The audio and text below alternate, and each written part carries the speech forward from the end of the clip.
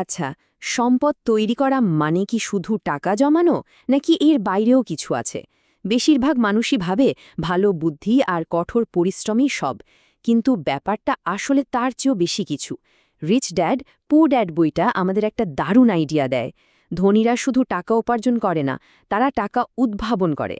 চলুন এই অবাক করা ব্যাপারটা নিয়ে আজকের আলোচনাটা শুরু করি। একদম ঠিক কথা, তাই না? বাস্তব জীবনে কিন্তু প্রায়ই এটাই দেখা যায়। যারা খুব স্মার্ট তারা হয়তো সবসময় এগিয়ে যেতে পারে না। এগিয়ে যায় তারাই যাদের সাহস আছে। শুধু বুদ্ধি বা খাটুনি দিয়ে আসলে সব হয় না, ঝুঁকি নেওয়ার সাহসটাও লাগে। তো এই সাহস আর ভয়ের ব্যাপারটা বোঝার জন্য চলুন দুটো একদম আলাদা গল্প দেখি। একটা গল্প সাহসের, যেটা নতুন রাস্তা খুলে দেয়, আর আরেকটা ভয়ের, যেটা মানুষকে পেছনে টেনে ধরে। দেখা যাক একই পরিস্থিতিতে দুটো ভিন্ন মানসিকতা কিভাবে দুটো ভিন্ন ফল নিয়ে আসে। দেখুন, দুটো ছবি কিন্তু একদম পরিষ্কার।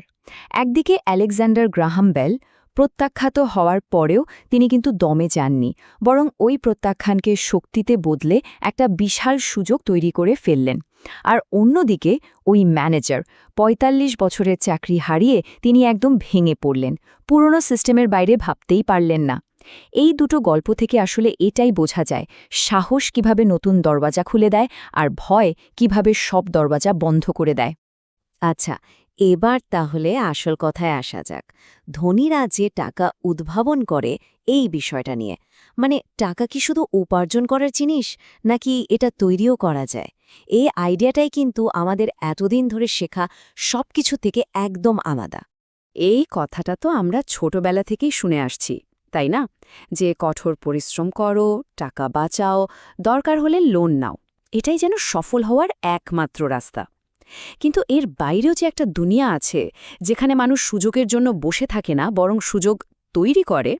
চলুন সেই দুনিয়াটা একটু ঘুরে দেখি। এই কথাটা কিন্তু খুব গভীর। আমাদের হাতে থাকা সবচেয়ে শক্তিশালী জিনিসটা কি? কোনো চাকরি, ব্যাংক ব্যালেন্স? না, সেটা হলো আমাদের মন। আর এই মনকে যদি ঠিকঠাক ট্রেনিং দেওয়া যায়, তাহলে এটা অবিশ্বাস্য সম্পদ তৈরি করতে পারে, এমন সব সুযোগ খুঁজে বের করতে পারে যা সাধারণ চোখে পড়েই না। তো এই যে মনকে ট্রেনিং দেওয়ার কথা বলছি, এর মানেটা কি? এর মানে হল ফিন্যান্সিয়াল ইন্টেলিজেন্স বা আর্থিক বুদ্ধিমত্তা বাড়ানো। চলুন দেখি এই জিনিসটা আসলে কি, আর এটা কিভাবে আমাদের সাহায্য করতে পারে। ফিন্যান্সিয়াল ইন্টেলিজেন্স মানে খুব কঠিন কিছু না।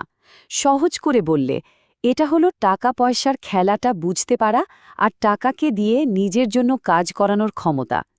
এটা কিন্তু শুধু বই পড়ে শেখার জিনিস না, এটা একটা বাস্তব দক্ষতা যেটা কাজে লাগাতে হয়। তো এই আর্থিক বুদ্ধিমত্তার মূল ভিত্তি হল 4টা জিনিস। প্রথমটা অ্যাকাউন্টিং, মানে সংখ্যার ভাষা বোঝা। দ্বিতীয়টা ইনভেস্টিং, মানে টাকাকে দিয়ে আরও টাকা বানানোর বিজ্ঞান। 3 নম্বর হল মার্কেট বোঝা, মানে কোথায় চাহিদা আছে, কোথায় যোগান আছে, সেই খেলাটা ধরতে পারা। আর সবশেষে আইন কানুন জানা, যাতে ট্যাক্সের সুবিধা নেওয়া যায় আর নিজের সম্পদকে সুরক্ষিত রাখা যায়। শুনতে কি খুব কঠিন মনে হচ্ছে? অনেক তো থিওরি নিয়ে কথা হলো, তাই না? এবার চলুন একটা সত্যিকারের উদাহরণ দেখি, একটা কেস স্টাডি, যেটা দেখাবে কিভাবে প্রায় শূন্য থেকে টাকা তৈরি করা যায়। ব্যাপারটা দেখতে তৈরি তো? গল্পটা শুনলে হয়তো অবিশ্বাস্য লাগবে। মাত্র 5 ঘন্টায় $2000 লোনকে $40,000 সম্পদে পরিণত করা। কিন্তু এটাই হলো ফিন্যান্সিয়াল ইন্টেলিজেন্সের আসল জাদু। কিভাবে এটা সম্ভব হলো দেখতে চান? এখানেই আসল মজাটা। দেখুন, এই লেনদেনে কিন্তু কোনো ক্যাশ টাকার হাত বদলই হয়নি। লেখক কি করলেন? তিনি ক্রেতার কাছ থেকে একটা প্রমিসরি নোট নিলেন। এটার কিছুই না, শুধু একটা আইনি কাগজ যেখানে ক্রেতা লিখে দিচ্ছে যে সে ভবিষ্যতে টাকাটা শোধ করে দেবে। আর ব্যাস, ওই এক টুকরো কাগজই লেখকের জন্য সাথে সাথে $40,000 একটা অ্যাসেট বা সম্পদে পরিণত হল। মানে আক্ষরিক অর্থেই টাকাটা যেন হাওয়া থেকে তৈরি হয়ে গেল। ফলাফলটা একবার ভাবুন তো। নিজের পকেট থেকে একটা টাকাও খরচ না করে, কোনো ট্যাক্স না দিয়ে $40,000 সম্পদ তৈরি হয়ে গেল। এটাই হলো ফাইন্যান্সিয়াল ইন্টেলিজেন্সের পাওয়ার। সারা জীবন খেটে টাকা জমানোর চেয়ে এটা কি অনেক বেশি স্মার্ট উপায় না? তো বিনিয়োগের জগতে গেলে দেখা যায় বিনিয়োগকারীরা মূলত ধরনের হয়। চলুন এই ধরনের বিনিয়োগকারীর মধ্যে পার্থক্যটা একটু বুঝে নিই, তাহলেই বোঝা যাবে কোন পথে হাঁটা বেশি লাভজনক। প্রথম ধরনের বিনিয়োগকারীকে বলা যায় ক্রেতা। তারা হলো সেই সব মানুষ যারা রেডিমেড জিনিস কিনে, যেমন ধরুন কোনো স্টক ব্রোকারের কাছে গিয়ে স্টক কেনা বা কোনো রিয়েল এস্টেট কোম্পানির কাছ থেকে ফ্ল্যাট কেনা। আর দ্বিতীয় ধরনের বিনিয়োগকারী হলো স্রষ্টা। তারা রেডিমেড জিনিস কেনে না, বরং তারা নিজেরাই ডিল তৈরি করে, বিভিন্ন জিনিস একসাথে করে নতুন বিনিয়োগের সুযোগ তৈরি করে। এখন প্রশ্ন হলো, শুধু ক্রেতা হয়ে থাকা ভালো নাকি স্রষ্টা হওয়া?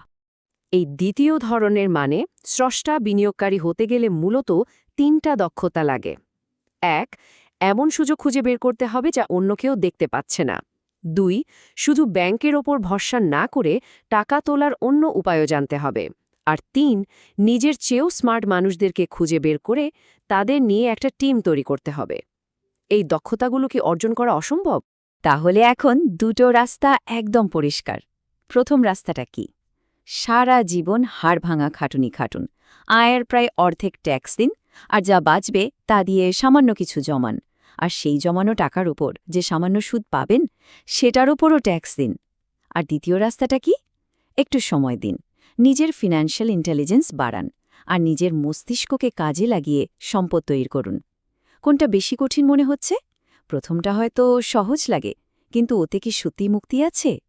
দ্বিতীয় পথটা শিখতে সময় লাগলেও দীর্ঘমেয়াদে এটাই কিন্তু আসল পথ। শেষ কথাটা হলো, বড় সুযোগগুলো কিন্তু খালি চোখে দেখা যায় না, এগুলো দেখতে হয় মন দিয়ে। সুযোগ আমাদের সবার আশেপাশেই ঘুরছে, কিন্তু সেগুলো দেখার জন্য মনকে সেভাবে তৈরি করতে হয়। আজকের এই আলোচনার পর প্রশ্নটা এটাই, আর্থিক জগৎকে নতুন চোখে দেখার জন্য আমাদের মন কি তৈরি?